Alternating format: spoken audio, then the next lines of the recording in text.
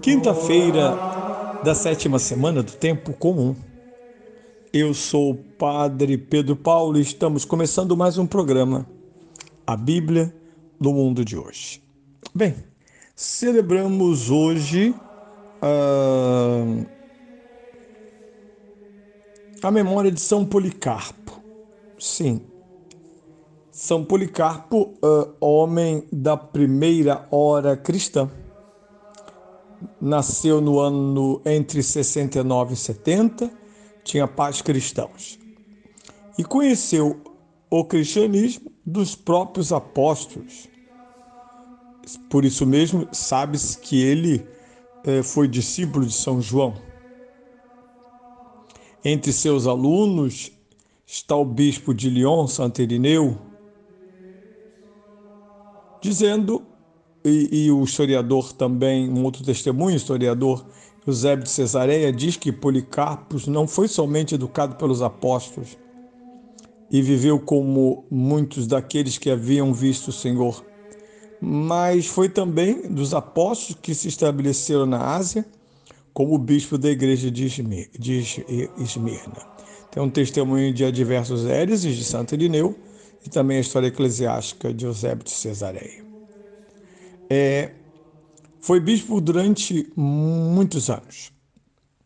Durante seu longo episcopado, distinguiu-se pelo zelo em conservar fielmente a doutrina dos apóstolos e ao difundir o evangelho entre os pagãos e, sobretudo, combater as heresias. Elas estão lá desde a primeira hora. Santo Irineu o define como um pregador paciente e amável e destaca sua grande solicitude pelas viúvas e pelos escravos. Outro dado importantíssimo é o encontro, aquele segundo século cristão, chamado pós-apostólico, ele é recheado de santos que se cruzam e entrecruzam.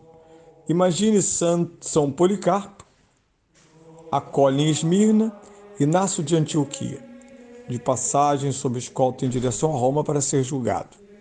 Célebres as 7 cartas que Inácio endereçou às igrejas ao longo do seu caminho. As primeiras, exatamente, partiram de Esmirna e de Troade. O bispo Inácio de Antioquia escreve aos diversos fiéis, porque lembre-se que Inácio é mártir, e está indo da sua cidade para ser martirizado em Roma. No caminho, na escolta, ele vai escrevendo às igrejas. Outro dado importante da vida de São Policarpo é que em 154 ele vai a Roma encontrar o Papa Aniceto para discutir uma questão hoje, imagine, tão passiva, ou tão pacífica, melhor dizendo, a celebração do dia da Páscoa entre as igrejas orientais e as igrejas ocidentais, que não coincide, como ainda não coincide. As igrejas do Oriente celebram uma semana depois da Páscoa no Ocidente. São Policarpo se torna mártir aos 86 anos. Sob o imperador Antonino Pio, desencadeiam perseguições também em Esmirna. Policarpo é preso. Os atos de seu martírio narram que, levado diante do procônsul, ele procurou persuadi-lo a renegar, dizendo: pensa na tua idade, muda de pensamento, jura e eu te liberto. Amaldiçoe Cristo. Policarpo respondeu: por 86 anos eu o servi e não me fez mal algum. Como então poderia blasfemar contra o meu rei e salvador? Ouçam claramente, eu sou cristão. Foi decidido que seria queimado, mas permanece ileso e será morto pela espada. Vejam, é um dado importante se nós pensarmos que os primeiros santos do cristianismo selaram a fé através através do sangue, a profissão, o ensinamento, o sangue. Isso marca essa geração.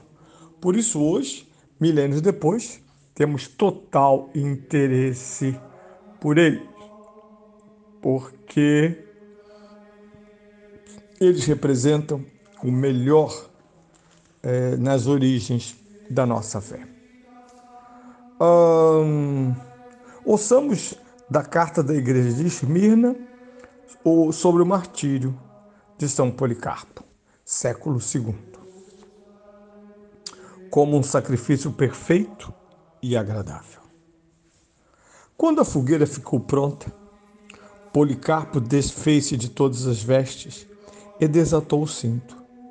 Tentou desamarrar as sandálias, o que há muito não fazia, pois os fiéis sempre se apressavam em ajudá-lo, desejando tocar-lhe o corpo, no qual, muito antes do martírio, já brilhava o esplendor da santidade de sua vida.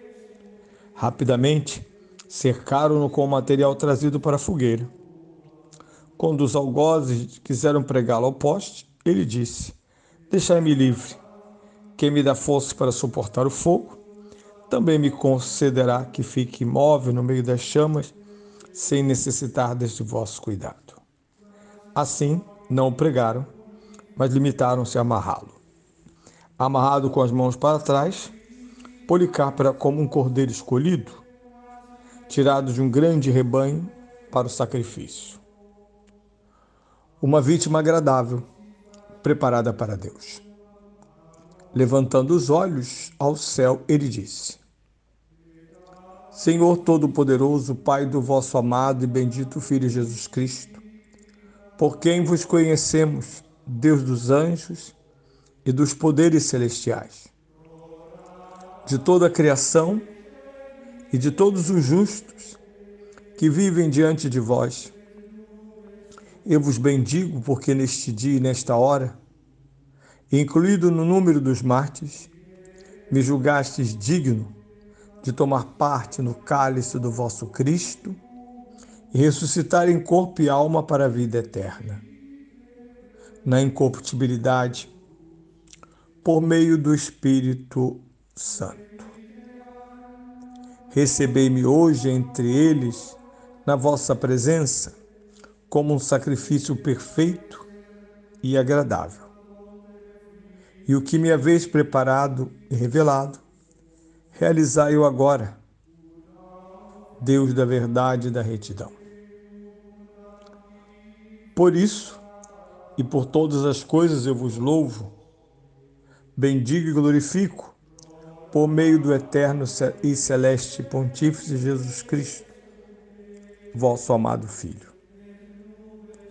Por ele e com ele seja dada toda a glória a vós, na unidade do Espírito Santo, agora e pelos séculos futuros.